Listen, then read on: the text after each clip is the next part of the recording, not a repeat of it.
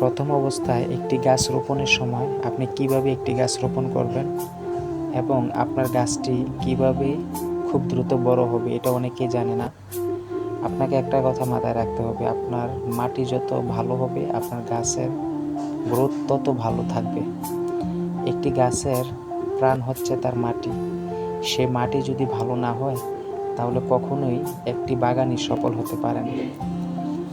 সবসময় চেষ্টা করবেন ভালো একটি মিশ্রণ দিয়ে আপনার মাটিটা তৈরি করার জন্য। জৈব পদ্ধতি, প্রথম অবস্থায় কখনোই রাসায়নিক সার ইউজ করা যাবে না, কারণ একটি গাছ রোপণের সময় রাসায়নিক সার ইউজ করলে গাছটি মারা যাওয়ার সম্ভাবনা সবচেয়ে বেশি থাকে।